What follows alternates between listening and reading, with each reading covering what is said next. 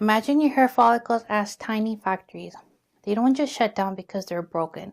They shut down because delivery trucks stop showing up. Oxygen doesn't arrive. Nutrients don't arrive. Energy doesn't arrive.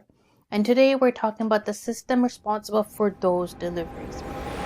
Iron. Not just low iron, not just take a supplement, but the actual markers that decide whether your hair thrives or slowly fades. By the end of this video, you'll understand which iron markers actually matter, why many people are told your iron is normal while still losing hair, and how this all connects at a cellular level. Before we go deeper, I want to make sure every term is crystal clear so you know exactly what I'm referring to for the rest of this video. First is erythrocyte. An erythrocyte is a red blood cell. Think of it as a delivery truck whose only job is to transport oxygen. What makes erythrocytes special is they have no nucleus, no command center, no extra parts. Why? Because removing the nucleus creates more room for cargo, which is hemoglobin. Now, what is hemoglobin? Hemoglobin is a protein inside red blood cells. Picture it like a magnet for oxygen. Every hemoglobin molecule contains iron, and that iron binds oxygen in the lungs, carries it through the bloodstream, and releases it to tissues including your scalp. If there's no iron, there's weak hemoglobin. Weak hemoglobin means poor oxygen, poor delivery, and poor delivery means follicles slow down. Next, hematocrit. Hematocrit is simply a percentage of your blood made up of red blood cells. If your blood were a glass, for example, plasma is the liquid. Red blood cells are the solid portion, which is the glass. Hematocrit tells us how full that glass is with delivery trucks, but not how well those trucks are functioning, like a basic truck breakdown or a fuel problem. Next is serum ferritin. Serum ferritin is a measure of your iron storage. Think of ferritin as your iron savings account. Hemoglobin is the money you're spending daily, and ferritin is the money you've set aside for emergencies like your emergency fund. You can have normal hemoglobin while your ferritin account is quietly draining, and hair loss often starts right there. Next, transferrin. Transferrin is a transport protein. If iron is cargo, transferrin is the shipping company that moves it through the bloodstream to where it's needed, like DHL or FedEx. When iron stores drop, transferrin increases. Saturation decreases. Hair follicles are among the first to lose access. Okay, heme iron. Heme iron comes from animal sources like meat, poultry, seafood. This form is already packaged in a way your body easily recognizes and absorbs. Non-heme iron. Non-heme iron comes from plant foods and fortified products. These can be absorbed, but it's more sensitive to gut health, other foods eaten with it, different combinations, inflammation. Next, protoporphyrin. This sounds intimidating, but here's the visual. Protoporphyrin is like an unfinished ring, waiting for iron to snap into place. Once iron binds to it, heme is formed. No iron, no heme, no heme, no hemoglobin, and poor oxygen delivery. Next is hepcidin. Hepcidin is a hormone that acts like the gatekeeper. When hepcidin is high, iron absorption decreases. Iron gets locked away in the storage, and less iron reaches the blood. Inflammation raises hepcidin, even when iron intake is adequate. Now that we know the players, let's put them into motion. Most of the 3 to 4 grams of iron in your entire body lives inside hemoglobin.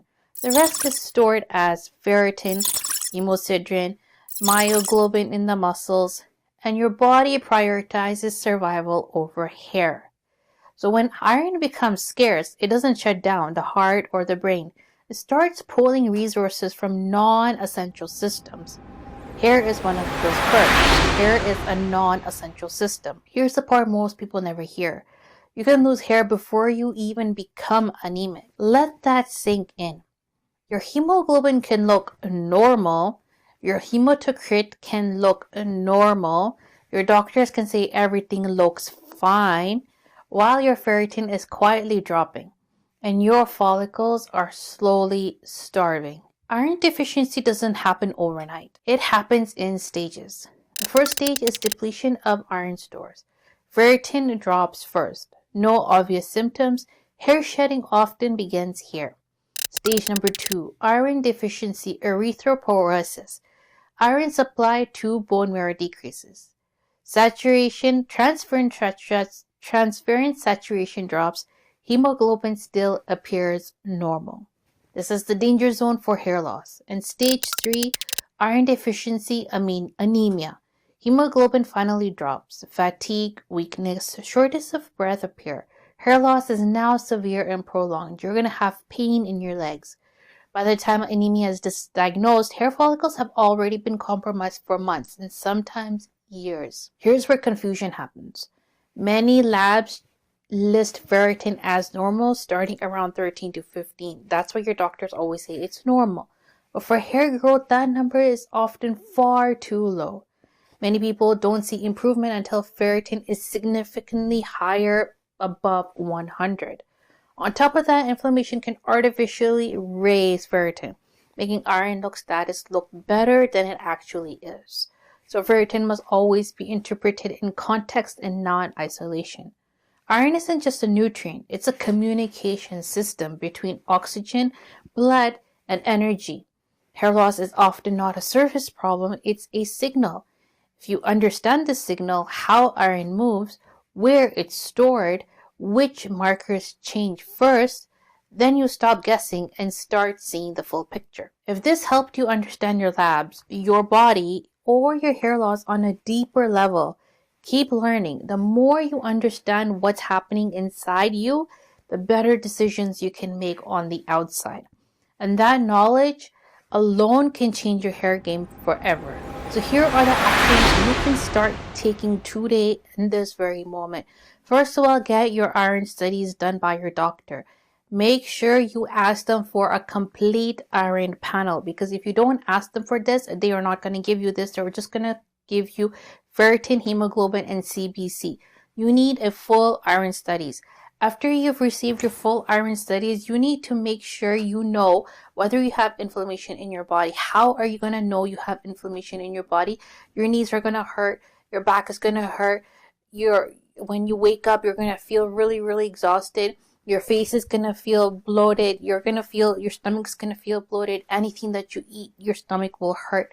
That's how you're going to know you have inflammation. So work on decreasing that inflammation.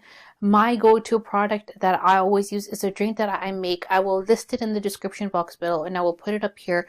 I drink this every single night. It has all the best ingredients you can use for inflammation. Next, you're going to take your iron supplement. If you are on the very, very low side, the maximum elemental iron you can take is 100 milligrams every other day. If you are mid-level between 20 to 40, then you're going to take 56 milligram of elemental iron.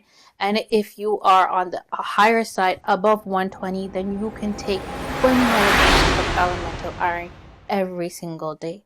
The best way elemental iron works is to take it every other day, especially if you are deficient.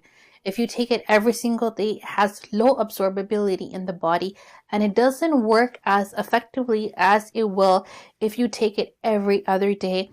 Take it early in the morning on an empty stomach and make sure it has vitamin C combined in the capsule. You do not want to take iron with an orange juice. It does not work. I've tried it for over 25 years. It doesn't help. Go ahead and take these steps today.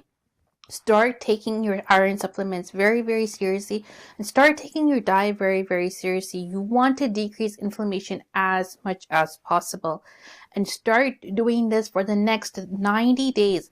And then come back to this video and let me know exactly what your hair condition is. Has your shedding stopped or decreased? Have you gotten new hair growth, or has your hair loss decreased in the shower or on the hairbrush? Because in the shower we lose more hair compared to we lose in your hairbrush.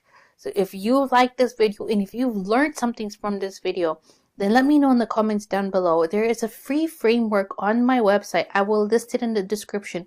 This will help get you started on your hair growth journey. It contains how I reverse my hypothyroidism, correct food combinations to help your hair grow, and different kinds of correct scalp massage exercises. It's a completely free document. I'll list it in the description box below. Let me know in the comment section if this video has helped you gain knowledge of different iron and iron studies that you can get done and something that you did not know before.